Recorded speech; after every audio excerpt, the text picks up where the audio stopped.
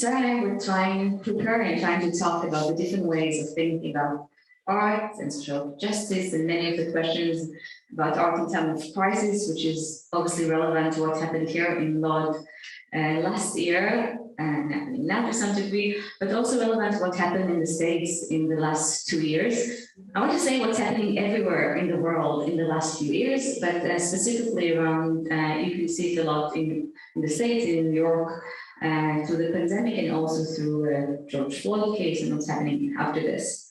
And as we were talking, kind of two definitions came up. One of them was talking really about activist art, which means going out to the streets and trying to make a difference through your actions. And often it's about working with communities and trying to convince them to join you into your art project. But also political arts, which is more about thought-provoking projects, things that are supposed to raise awareness, to make you see and to think about the world in a different way, and maybe then go out and do your own act and difference over there. And we're trying to think about Zumu, and Zumu is kind of trying to do maybe both in a way. One is going out and working a lot with communities, but also bring over there specific thought-provoking artwork. So on one hand, I think what's happening definitely over here is making communities coming out together, speaking with each other, often through music or food, all kind of things that connect people, but also at the same time trying to challenge people's perception through the work that they see. So in our conversation today, Sara will walk us through some of the exhibitions she did at the Rubin Foundation, looking at some bigger political issues, and then we're going to go to some more activist projects and see how they can connect and how they can be relevant over here. Sarah, the presentation moves to you, and I will interfere as promised. Yeah, thank you. I really appreciate such a thoughtful kind of framing of the conversation, that we had a chance to talk first. And I do think, Vardit, what you're pointing to is something that I'll share the presentation now.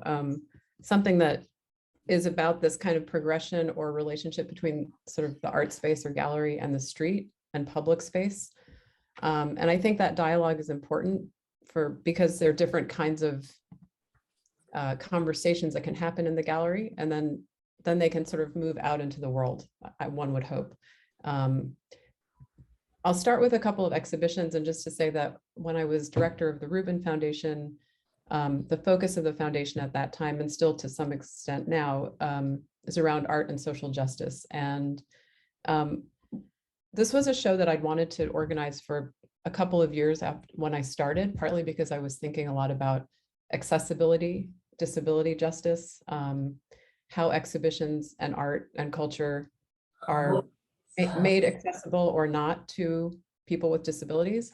But this exhibition ended up really being about healthcare and care in general. It's called In the Power of Your Care, 2016. And I'll just go through certain works to give you a sense of the project. But one of the things about healthcare in the United States is that it's not considered a human right. We've seen it in the pandemic in a very, very direct way. There are, strides or kind of improvements to how the US government is understanding its role in providing healthcare, or just sort of, let's say, safety to its public, to its citizens, because it is a capitalist structure, right? So the idea is that, oh, now we can save money by making sure people get free COVID tests, right? That's a change. But going back to 2016, at that moment, the United States had just introduced the Affordable Care Act. So that was like a first step after probably a couple of decades of discussion about public health care in the United States, or free healthcare, something affordable. The Affordable Health Care Act was introduced in 2016, and it was rolled out in stages and very, very widely criticized. So In the Power of Your Care looked at the idea of health and healthcare as a human right. And just think about the fact that if healthcare is not a human right, how do you actually survive? So a number of the works in the exhibition addressed the interdependencies of care in our culture, and specifically in the US, but a little bit elsewhere, and you'll see. Looking at on the left here is work by Frank Moore. In the middle is the work by Hannah Wilke. And then there's some works on the right by Jordan Eagles and Anna Mendieta. And I'll just mention like Hannah Wilke's, this piece, Why Not Sneeze, is a piece from 1992, and it's the medical waste from the last month of her life. And some of her work in the show dealt with the kind of changing perception of the body while kind of undergoing disease, let's say cancer in her case. And going back to Frank Moore, he's an artist who is an AIDS activist and also an environmental activist. So this work here is called Arena, and it's a very, very large scale piece with this kind of sculpted frame. And it depicts a story of the AIDS crisis in the United States. And in the middle, you have the kind of medical theater. So it's an arena that surrounds this medical theater. And in different parts of it, there's sort of, it's like, here's a sort of meditation, a community that's Buddhist trying to like meditate their way through the crisis. In other places, there are people protesting. It's quite harrowing, but also very, very beautiful. On the left is a work by Mladen Miljanovic, who's a Bosnian artist who I've worked with a number of times in the past. And this was based on a sculptural installation, but it's actually done as a slideshow here, called Show Me with Your Hand Where It Hurts. Show me where it hurts with your hand. And it's a communication between a husband and wife. The husband is Bosnian individual who had fought in the war and then suffered from post-traumatic stress disorder. So this is his way of communicating. So it's like the wife gets these, the wife writes him these notes and he responds. I think what I wanted to do is focus on this work in particular. Carmen Papalia made an artwork, and I'll just scroll back so you can see how it kind of, it's a piece called Open Access, and it's a set of 5 guidelines for open access or accessibility when entering a cultural space. And maybe to give some context, the United States in 1990 passed a law called the Americans with Disabilities Act. And it prescribed certain policies around employment, the design of public space and public buildings, healthcare policy. And so it's a very, very, it's the kind of thing that in my experience in public art, we would talk about ADA, Americans with Disabilities Act guidelines, as they pertain to the width of a hallway in a building where we would be commissioning a public artwork and how much clearance you would need for a wheelchair. So it's usually discussed in terms of like physical aspects.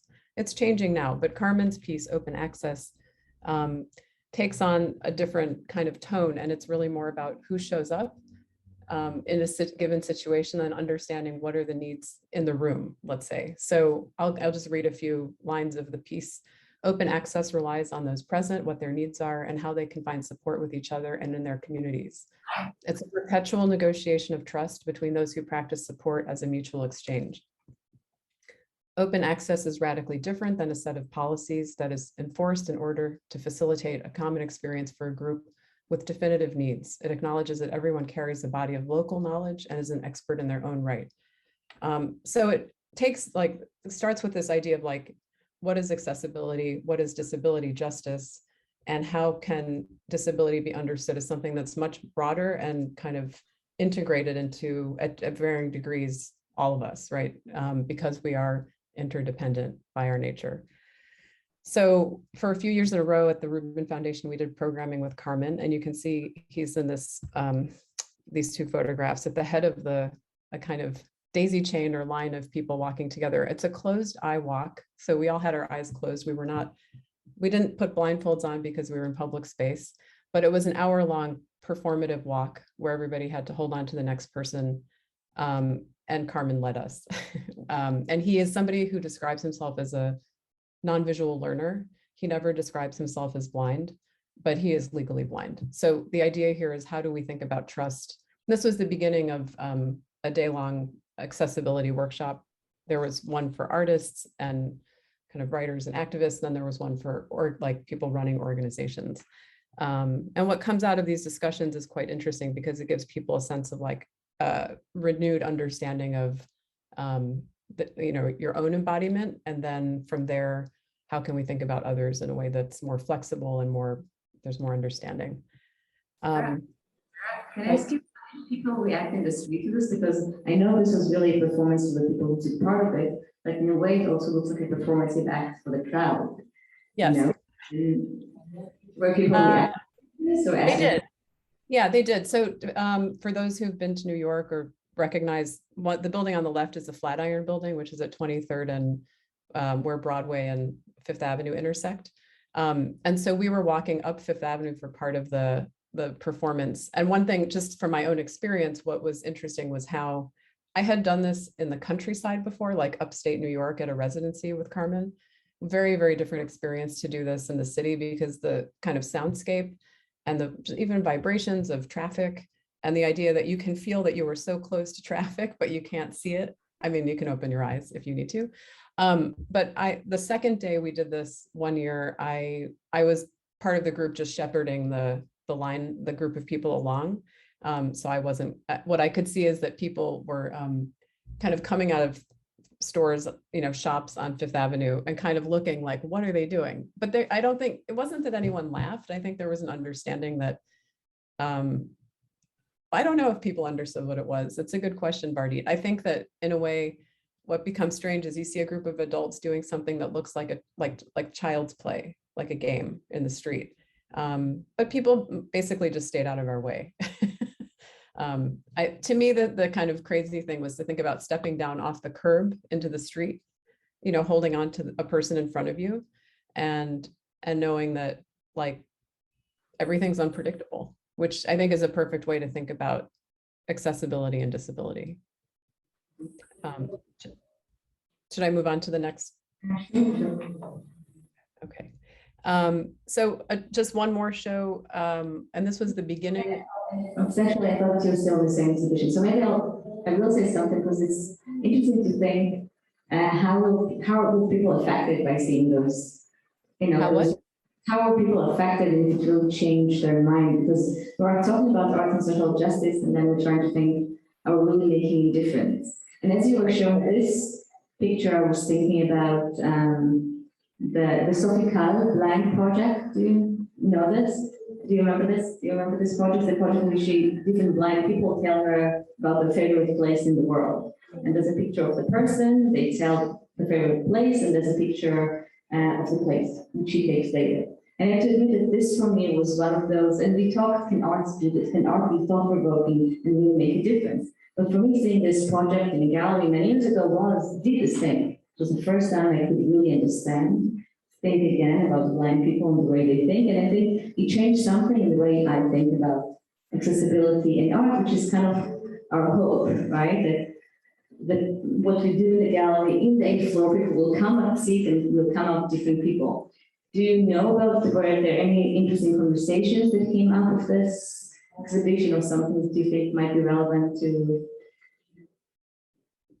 well, I think when some of the people who showed up for this event, like we didn't tell them that there would be this kind of performance, or this kind of engagement. And one thing to say is we had to get permission.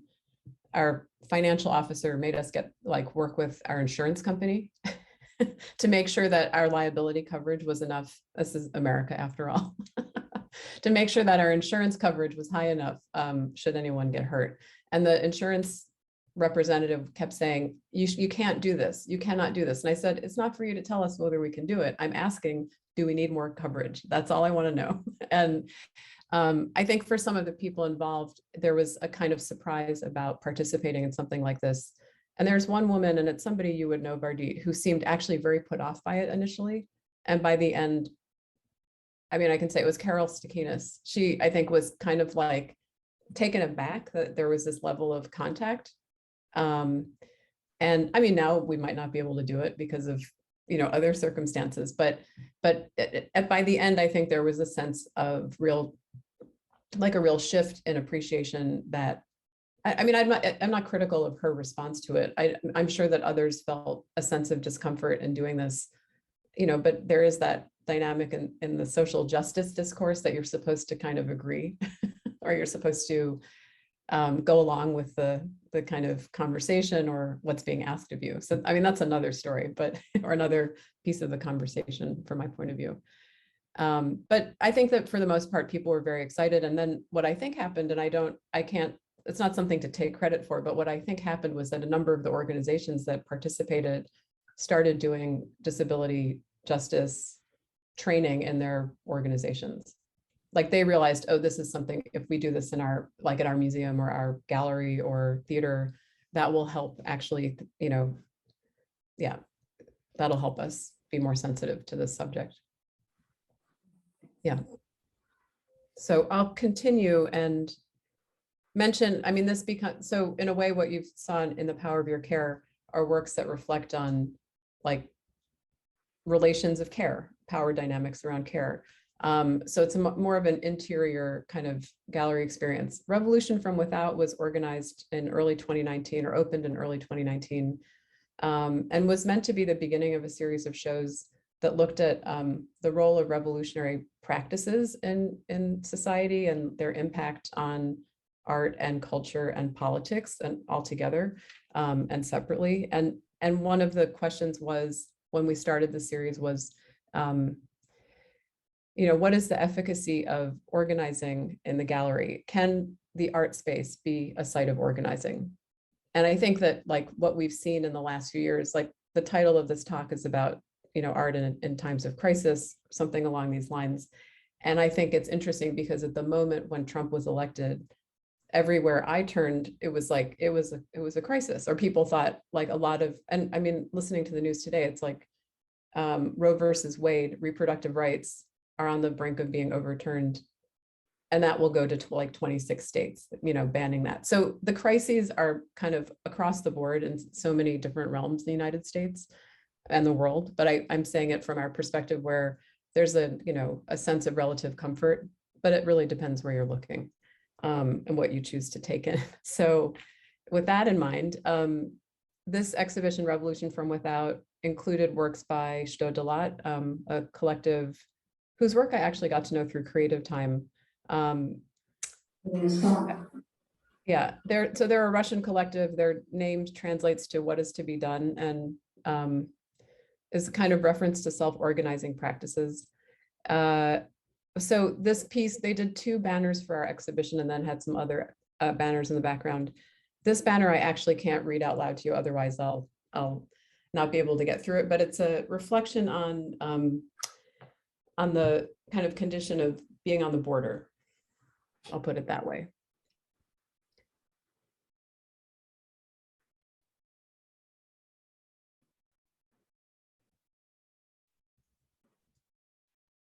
And then there were some works by, let's see, this is Camila Janan Rashid, who made an artwork specifically about the use of hope in political language.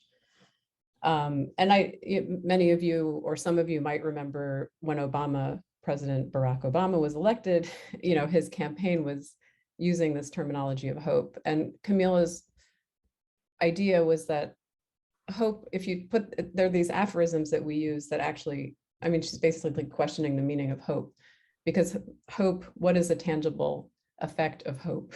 And from her perspective, I think at the time, she was really thinking and reading and researching questions of like hope and time in relation to Black liberation. And I mean, Black liberation maybe sounds like an old-fashioned term, but in the United States, it's still happening, right?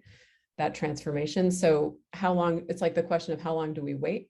How long, like what impact does hope have on our futures? Is it a kind of passive action, passive act, a passive verb, if we think about it grammatically? And then Dred Scott's work figured prominently into the show. And it's maybe not so easy to see. It actually took me a few times to see this work, even before we included it. I had written about it, but to realize, imagine a world, and below that in this kind of faint text is Without America. And so I didn't see that lower text, Without America. Can you all see it? So it's a map where America has been removed. And this is from 2007. And I think in a way, what he's questioning is this idea of like what role the United States has played politically in different parts of the world. If you just think about Latin America, for instance, there's so many impacts on, in a way, the sort of Southern Hemisphere refugee crisis that we had in the Americas, you know, starting, I don't know, starting exactly when, but in the last decade, it's like, that's a direct byproduct of US intervention. So what would the world be without us? And another piece by Dred, which was produced for what we called was it J21? It was like in 2017, the day of the inauguration of President Trump. A number of arts organizations organized programming.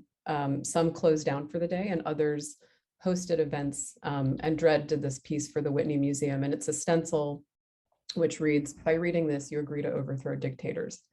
And I think I'm actually going to go to, you can see the stencils here in the vestibule of the coming up to the gallery. I think the thing that's tricky about works like this, and it's sort of like, what is the ultimate impact of the work? You know, we don't know what happens in the process of this kind of what appears to be passive reception of viewing an artwork. How do we take that? Like, what do we do with that is the next question, I think. I think that might be the last image for this show. Oh, and so we also, a few years before, we had organized a show called When Artists Speak Truth, and Tanya Bruguera was in that exhibition with this referendum piece. It was a referendum on voting. And so here you have this live vote that took place over the course of a day in the park. And as the materials of the work, as Tanya would describe it, include 10 people basically canvassing the public to place a vote. So we had like a kind of polling center at the north end of Union Square Park, asking the public this question, and I don't know how large it reads for you, but it was, borders kill, should we abolish our borders, yes or no? And this is based on, you see this map, which is the Pangaea, so it's all the continents as one landmass. So this is her kind of no borders, from her No Borders series of projects. It was something she originally staged a version of it in 2015 in Toronto for Nuit Blanche, and then kind of rethought this. And then I think from there, but she's been traveling it, or had traveled in a number of places for a few years. The outcome of the vote, if you're interested, is New York voted to abolish borders, or people coming through Union Square Park on March 6, 2016 voted, to abolish borders. So this was presented in the exhibition in connection with other ephemera. There was a room of archival materials from Dred Scott's work from 1989 called What is the Proper Way to Display a US Flag? And we also showed referendum, like as documentation. And she also did a kind of 100-hour reading from Hannah Arendt's writings. So we did a kind of staged and archival reading room. And I'll stop there, but if you want to ask some questions, Vardit, or comment. Is a good example of someone who's actually been doing, on one hand, thought-provoking art in the gallery and in the museums, and on the other hand, was able that this work will be significant enough to start, making real change and real difference in the way people think about Cuba, but also for the Cuban government to be so afraid of her as to arrest her. So I think we often ask, is art dangerous? And I think it's interesting that are very small, in a way, tiny, very small activist moves that are mainly art world connected, were thought dangerous enough by the Cuban government. So maybe it's stronger than you think sometimes. I think that, I think both of us are doing, and people over here are in this art world, doing things in galleries, but believing that we have the power to change. Even if it's, a painting on the wall, that this painting makes a difference in someone's life. I think through her, it's really interesting to see how it really did make a difference in people's life. Right. I mean, I think that there are small ways that these kinds of projects affect people. I mean, we got 1,200 people to vote in a day, which in some ways didn't feel like that many, but at the same time, there were a team of like 8 or 10 of us, I think we were on the street for like 10 or 12 hours. I think it was like 10 a.m. or 9 a.m. to like 6 or 7. I mean, it was at a time of year in March that it was quite cold by the end of the day. So we got those votes. And I think what was interesting is some people would sort of say, well, I mean, what the work I think does in a deeper way is to provoke a conversation, right? So as we were asking people if they'd like to vote, some people are saying, please don't talk to me. I don't want to hear from you. Leave me alone. I'm trying to run my errands. I don't have time. Other people would say things like, I mean, if you walk with me, I can listen, right? So it's like, you need to accommodate their need to keep going. And so we might walk with them, get them to sign the vote and vote for, drop it for them. That might not have been fully legal. And then in our performance. And then there were other people who really stayed and talked about what it meant. And for some, there was a real sense of like, well, what happens if we don't have borders? We can't actually exist without borders. That's anarchy. So you have you don't know what people's political orientation is just because they'll stop and talk to you. Sometimes some people were angry, but for the most part, people were in favor of abolishing borders. But there were questions like, but how would it work? How would we make that work? And then, does something replace that system? So there were very good conversations. And I think that is a form of political engagement that matters. I think the question is, how do you sustain that? But that's a question for anything we do, right? Yeah. Okay. So Vardit, you look like you're thinking. Okay. So I wanted to stop for a moment and just point to a few things that were happening in the background of, not in the background of our exhibitions, but in the field, some things that have happened in the United States that I think have really changed the relationship between the art world and the public. In 2017 at the Whitney Biennial, Dana Schutz was represented with this work. I think it was actually two works, but Open Casket, which is a painting she did of a photograph of Emmett Till, who was a young kid who was beaten up by the police and died. And so his mother in 1955, and his death is actually considered by a lot of people in the US as the beginning of the civil rights movement, 1955. So his face was totally destroyed, and it's quite harrowing to see the photograph. This is also harrowing to see, I would agree, I would think. But what happened in the context of the biennial is it became the focal point of the press around the show. The Whitney Biennial usually has anywhere from 60 to 100 artists. So here we have an image. This is something from Twitter, and it's Parker Bright protesting Emmett Till's painting. So on the back of his shirt, it says Black Death Spectacle. So there were a number of kind of groups and individuals who called out the Whitney for using Black culture as spectacle. It's Black Death, Black pain. There was language around this artwork being. Did you want to say something? Dana is a white artist, which was a big. Yes. Oh. Okay. So I think there's a question here. What comes up and maybe isn't obvious, and why Vardit is interjecting, mentioning Dana Schutz's name, is that Dana Schutz is a white artist, and she made this kind of painting replicating in her visual vocabulary the image of Emmett Till in his casket, in this open casket, right? So the response to the work was really about, one thing that it was about was the way in which the white art community references Black culture. There's also a discussion about who has a right to represent an experience historically. So if you think about a writer, can somebody write a book about an experience that isn't their own? I would say so. I think you can, I mean, creative expression, I think, should be open to everybody, but there is a sensitivity here that became much more apparent and important and of consequence to institutions. And I don't know if you want to say anything else about it. Yeah. It became really, I don't know if you heard about it, so it became a huge thing around this. Was painted. It wasn't remote, but there was a really long text next to it by the curators. One of those, sorry, over apologetic, referencing everything in it. Dana said that she's not going to sell the picture, so she's not going to gain benefits out of it.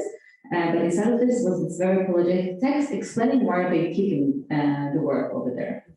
And I think one really interesting thing to do became a performative act. But it really made institutions think again about what they're showing, what they're not showing. Even more, I think, with the next case, we're going to show that really ended with somebody losing their job.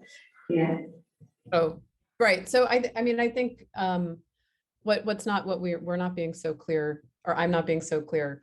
One of the things that was called for was to remove the painting, to destroy the painting, to never sell the painting, like it couldn't be sold to collectors who could profit or kind of accumulate value from this depiction of Black pain. And from my point of view at that moment, I remember thinking, and just to tell you, my mind has changed, but at the time I thought, I don't think it's a problem for a white artist to paint this. I don't know why anybody has a right to sanction who can make what artwork.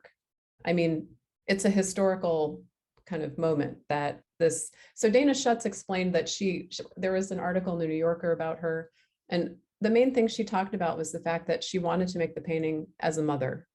And it was in kind of empathy towards Emmett Till's mother. I think that's how I read her kind of response. She didn't take a real position otherwise, and I don't know if that's a good or bad thing. I mean, I don't know that much. I don't know her work very well. I don't know her. I'll change just location. This was in Minneapolis at, this is actually an artwork in Germany first, Sam Durant's Scaffold, which is a composite of 7 death penalty architectures. So it references the Mankato gallows, gallows that hanged 38 Sioux men who'd been convicted of rape and murder and what became known as the Dakota Wars. So this is in Minnesota. Actually, I'm from Minnesota, and that'll come up later. But so there's this, and then there's an example of Lincoln conspirator gallows that were kind of incorporated into this sculpture. But ultimately, the piece, when it was installed in the Minneapolis Sculpture Garden outside of the Walker Arts Center, it was installed to reopen the sculpture garden after it had had like a major capital improvement. And the director of the museum, Olga Vizo, had acquired the work from a show in Germany and brought it to Minneapolis. And within like days of it being installed, the indigenous community in Minneapolis basically rallied and got a lot of attention and support that the piece needed to be removed. And there needed to be discussion with the indigenous community in Minneapolis, because Sam Durant, who made this artwork, is not connected to indigenous culture. There was no conversation with the local community. So this is 2017. And when I happened to be visiting family, not in Minneapolis, but saw my sister texted me and said, "Did you see what's happening at the Walker?" And I said, "Yeah, oh yeah, I see." And she said, "What would you have done?" Because I had run the public art program for New York. And I said, "The problem is if you ask for permission, it's like I don't know where it would end. Like, I don't know that the piece could have been realized, so, or installed. I mean, it wasn't realized specifically for this site. And maybe that, in a way, is one of the issues of public art, is when it moves to a different kind of location, its meaning totally changes. So it had changed to a site where people are saying, this hurts Native people. And to me, that kind of language of that the work causes pain, to me, I had never thought that artwork could cause pain before this. So, but I think that aside, what I think is quite compelling is the idea that institutions are now having to contend with public opinion, and they can ignore it. But I think it changed. It's like it's pretty clear because of social media, because of different forms of activism and communication systems that are in place. It's increasingly difficult for arts institutions to ignore the public's response. And there's so many examples of this in the United States in the last, say, 5 or 7 years. But I think that being aware is a good thing that comes out of all this. And I should mention, if I remember correctly, this sculpture was removed, right? It was removed, right. There were discussions about whether they should like do a kind of ritual outside the city at a Native American site. There was discussion about burning it, burying it, but essentially Sam, I think he made an agreement where he transferred the rights to the work to the local community, should they ever want to do anything with it. That was, I mean, that's a very summary of it, but. And I think the other side of this is also the fear that then comes up at institutions and with artists, should they show this kind of work? Because, and this discussion is up also, it's not only in the art world, right? It's also in the film world, who is like starting from blackface and goes on to, and, you know, playing trans people, and like, where is acting starts and when should be revealing the real person? And it goes in the art world, who can even make artwork? Am I allowed? Is it okay that me as a white privileged Tel Avivian even try to make an exhibition about, I don't know, show a work in an Arabic village? Like, where does it start and where do you lose something when you don't allow other people to come in and see stuff? And I can tell you, we had a group with artists, we had a group a few years ago in Israel, and they were visiting Umm Gallery, and they saw a sculpture over there of an Arab lady that wasn't done by a local, it was done by someone from Germany, if I remember correctly, but they wanted to put it in the gallery. And the group, that was a very, the group was really upset by this sculpture and started this whole conversation. Is it okay that they didn't show the sculpture over there? And at some point, we tried to tell them, you know, this is his choice and this is his gallery, but they couldn't agree to the fact that he didn't put this sculpture over there, and they're very orientalistic to them. And it's this, it's one of those moments, I think, that art institutions and needs to be very careful in understanding what is important enough for them that they'll show and give it a place, and what is a slippery slope to start a local discussion that you can't get out of it. Okay. Yeah. And we just came from another discussion between Mirana, the chief curator of Zumu, and the chief curator of the television. Otherwise, I don't think you can hear him, right? Not very well. Yeah. Okay. Saying you just came. Anyways, Mirana was telling about Meir Tati's work, And which was removed talking from about Meir Tati's work was removed from Lodge. And I mean, sitting here, it's a bit weird to speak about artworks being removed while it's happening. So it's not happening here. I don't know the case. I don't know how it was removed here. I do, actually. Can you hear me, Sarah? I can, yeah. So actually we had Meir Tati's work. It was a car that he ruined. He took a ruined car, a used car from the streets, and just ruined it with music. And he was supposed to write light, both in Hebrew and in Arabic. And as the works go on, it's like a huge performance with like a oud, which is some kind of instrument player, and Meir is working on a machine, is like breaking it and writing on it light, but only in Arabic. And actually, hello. Hi. Nice to meet you. Nice to see you again. We got very bad responses from the religious Jewish community living in the neighborhood. It's actually like 4 buildings in a square, and the car was right in the middle.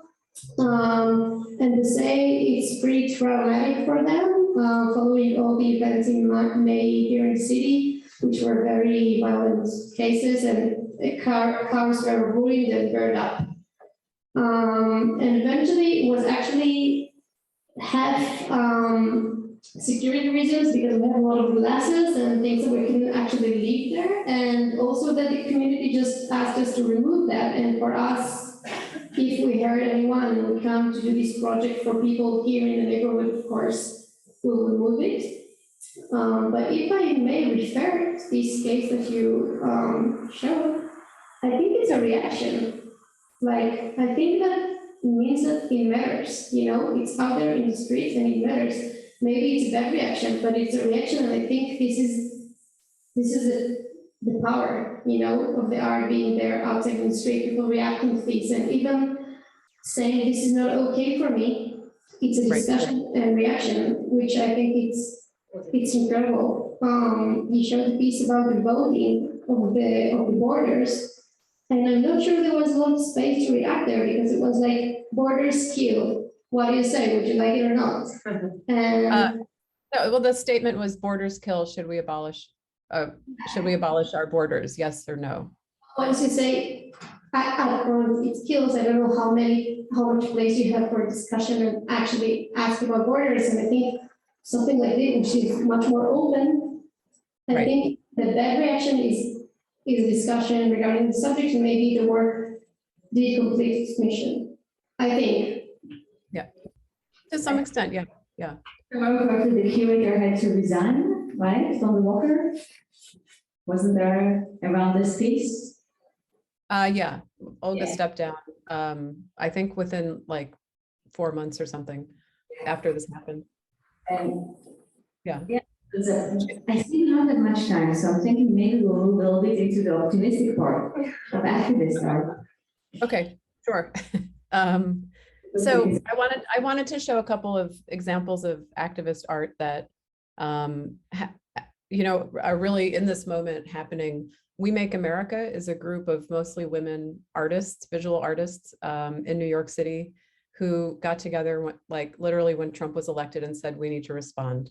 And so they do protests in different locations around the US, and also coordinate with other activist groups outside of New York. Joyce Kozloff is the artist that I've had the most contact with around the project.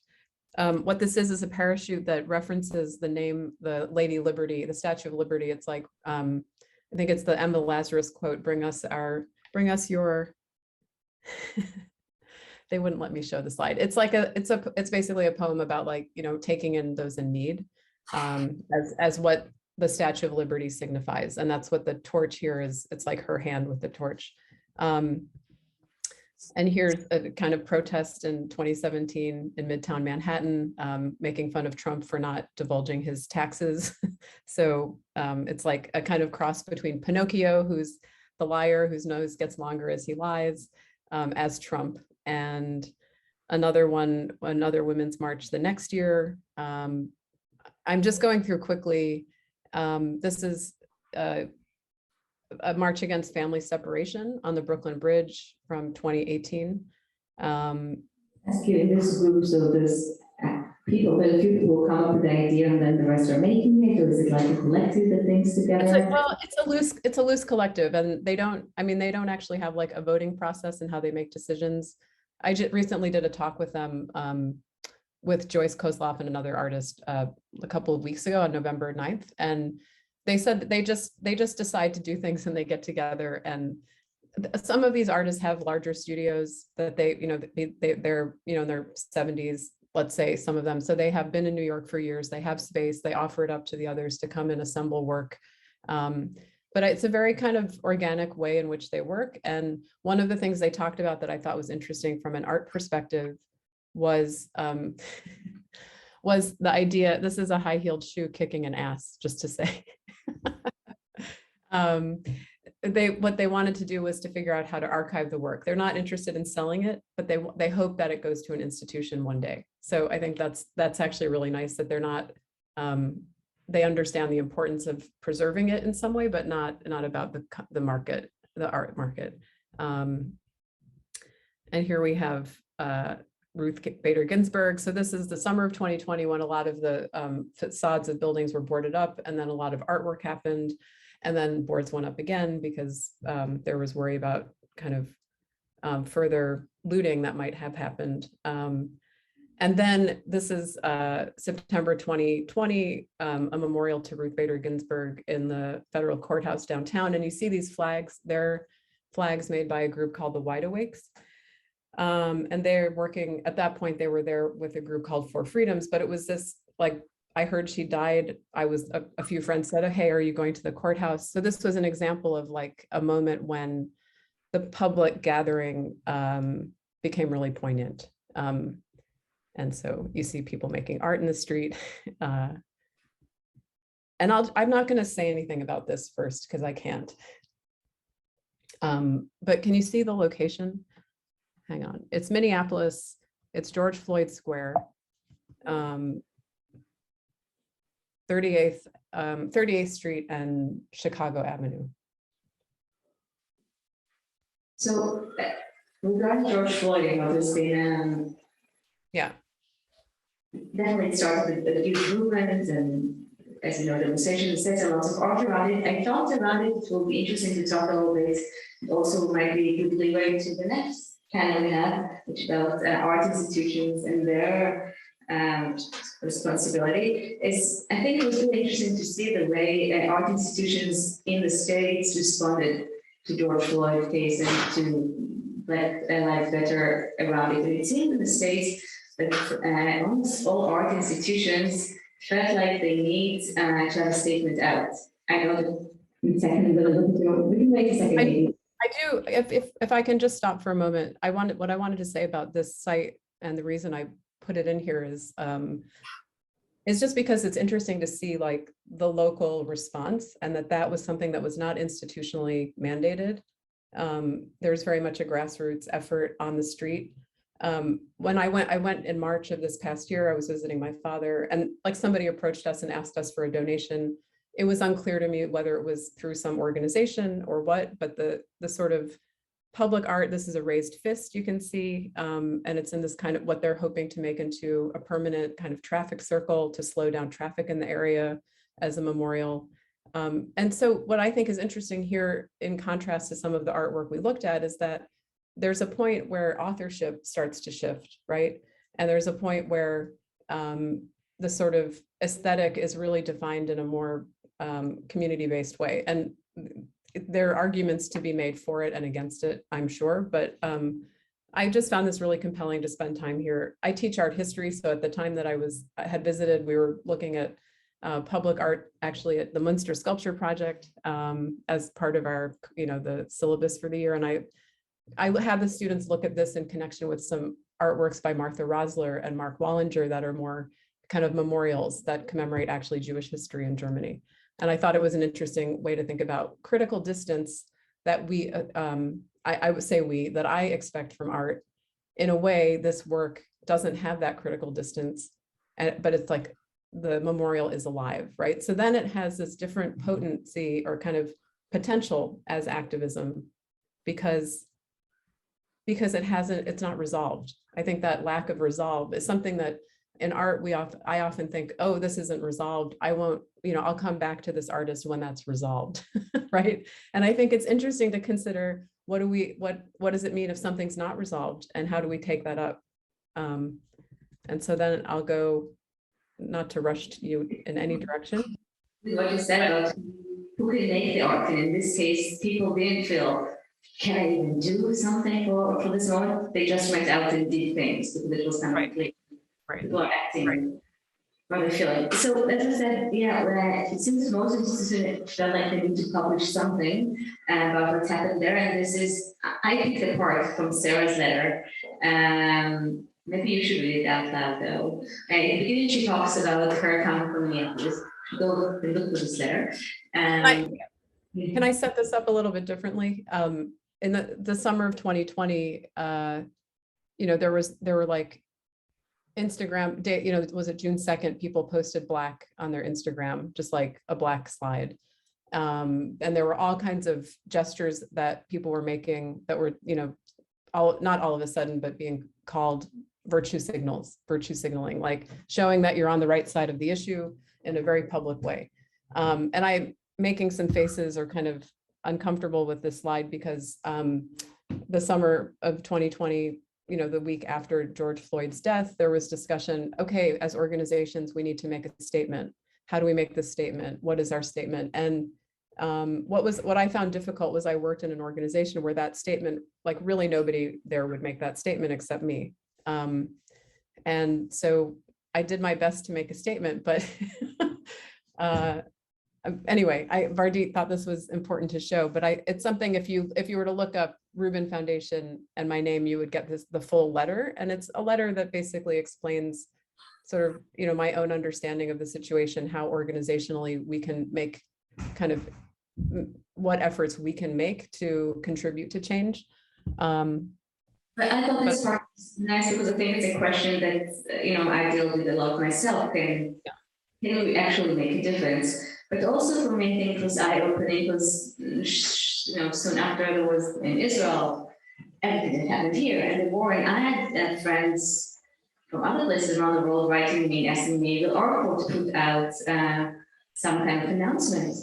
Will you make some kind of an ultimatum and say that you are against what's happening? And I was like, interesting. I don't see any other art institution around us doing anything like this. And it was interesting the difference between how clear it was to every art institute in the States that they need to come out with an announcement, and to all of our art institutes that we will never come out with an announcement like this, I think. The UK as well, I mean, other Israel, it's. In Israel, and I think there are two reasons for this, and I'm already looking at time because it's already leading to the next panel. But I think part of it is obviously it's even the financial system. Private institutions, so we are a private institution, but next institutions are dependent on the government and on the state, and also in arts world that has been for many years now, depressed and deprived, and what used to say nothing because someone will come up and raise their voice. And also there's a question of how clear it is. I think that in George Floyd's case, it was clear for people that they're going to go against police brutality, even though there are different voices in the States. It's not, one clear. It was clear the art world and the leftists will say one thing. Well, in Israel, it's always much more complicated. I think that, we just talked about one case over here. There's never seems to be one thing that everyone is agreeing on. It might be even like gay rights, even there, it seems that even the most obvious subjects that in other places are clear. Human rights, I dare to say, open things that in other places of the world, it's clear that as an artist, you can come and have a statement, are not clear over here because they will always start a debate. And almost every subject is a sensitive subject over here, which also what makes things, as you said before, interesting to work on. You have to just, whatever you're good at, I often say, if artists come to our course, international artists say, I don't want to do any political work, I don't want to deal with politics. And there's these artists who are dealing with food, they're like, I don't want to deal with politics. And I was like, it's Israel. The only fresh ginger you can get is being grown in the territories. Now, if you're a real, leftist, you can't buy fresh ginger. But if you're a real leftist and it's Tel Aviv and foodie, you're in trouble. So it always goes back to politics over here. And maybe this is kind of a good note to end on. Sarah, anything else you want to say before we end our Zoom? No. Are there questions or I don't know if you have time, but questions? Thank you. Oh my God. Thank you so much for being here and hope to see you on screen or in real life. I look forward to it. Thank you. Enjoy the rest of the symposium. Bye.